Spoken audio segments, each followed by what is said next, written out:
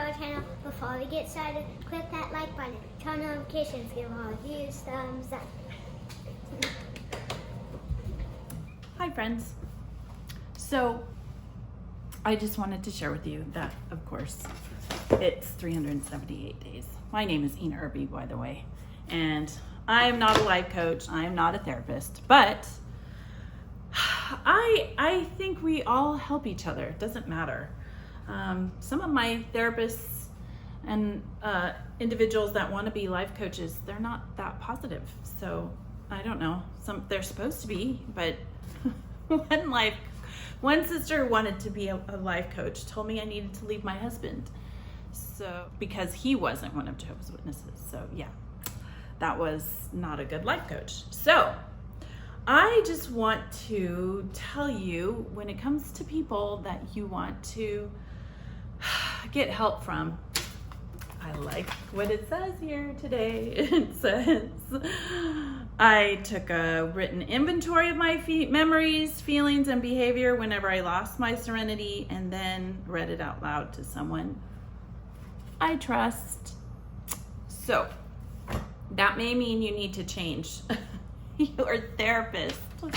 And this was a sister that I'd known for years and years and years, and she's the one that told me about the Australian Royal Commission, and I wouldn't look at it because I told her, I said,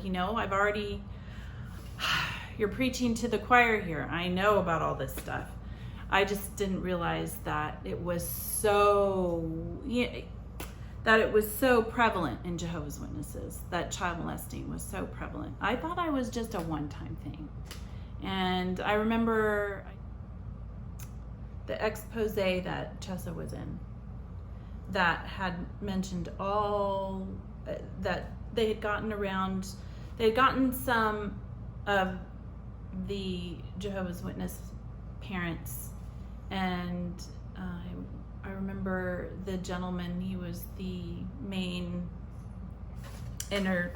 one that was interviewing them, explained how many kids had been molested, and the woman didn't even know. She thought it was just their little group of people that were going and trying to get help from all of this.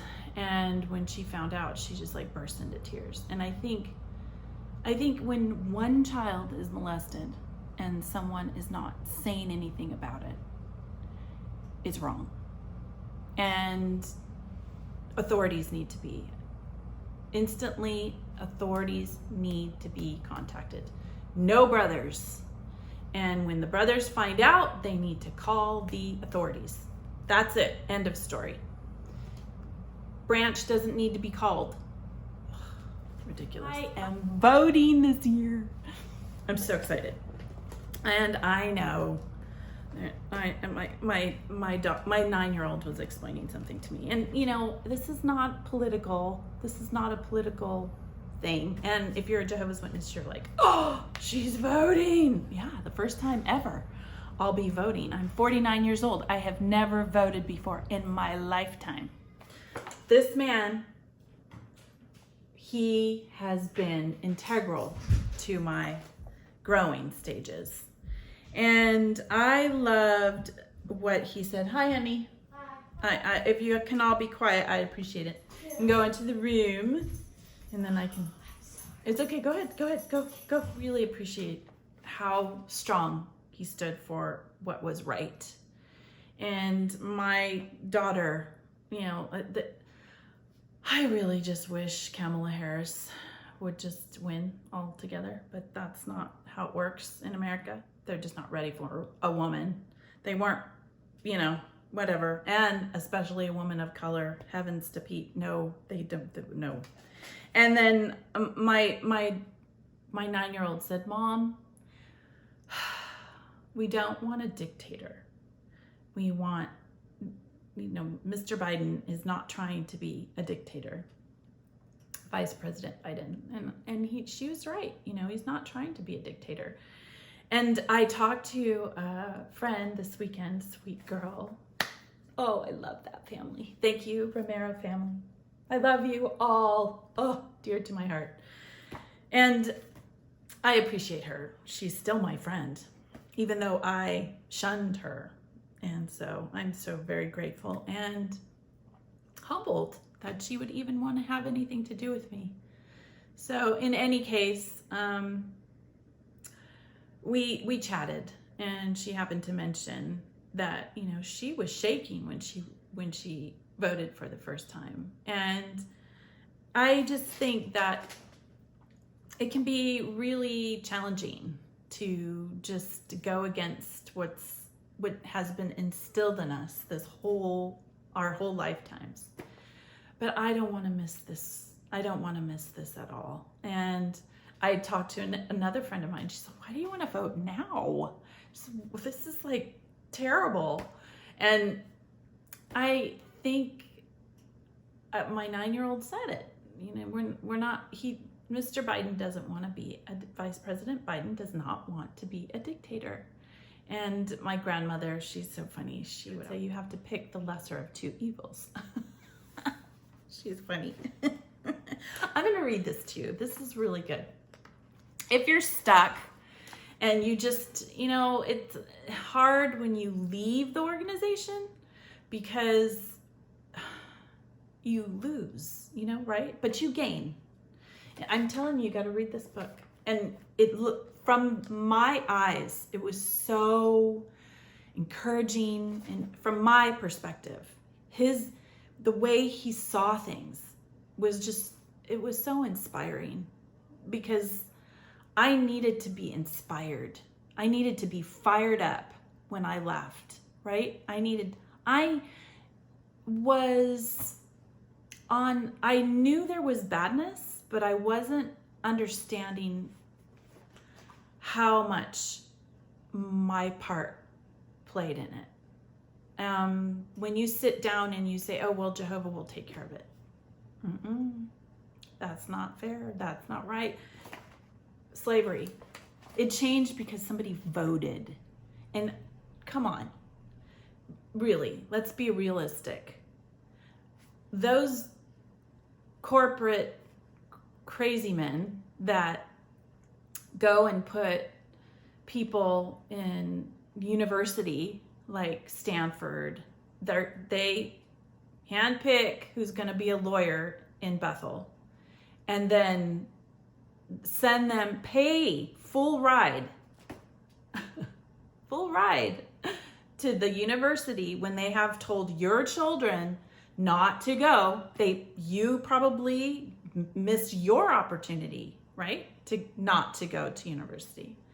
It takes power, right? It takes power. And how do you get there? You have to vote for somebody. What are they doing? If they didn't tell us they were in the United Nations, they're not telling us a whole more.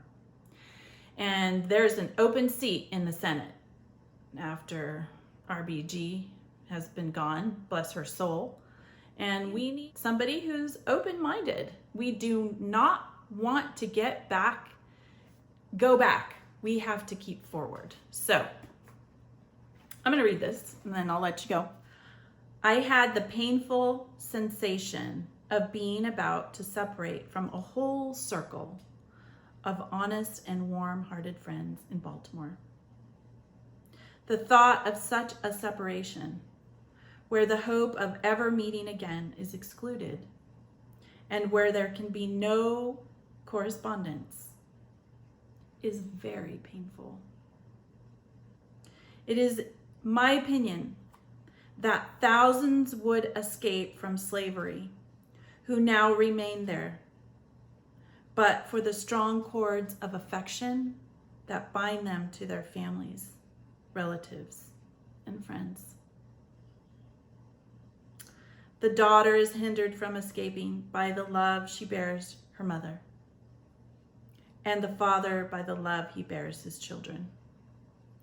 And so, too, the end of the chapter. This is page 333 on My Bondage and My Freedom. So what I'm getting at is there are painful things that you have to go through in order to be free, but he was free. And no one can tell you what and how to live your journey. No one can do that for you. You have to do that on your own. And I understand that. And so many others understand that too. So what I'm saying is you can quietly do something about it though. You don't have to sit and think that your voice doesn't need to be heard, because your voice can be heard. It's private. Voting is private. And now we have a ballot system. And if you want to change laws, it's important to understand how they work. And like me, I mean, you may be totally uneducated when it comes to the voting process. So what? Do it anyway. Ask for help. I've asked my neighbors, I've asked friends, I've asked people to help me. And they're more than willing to help. So, you do have a voice. Let it be heard. All right.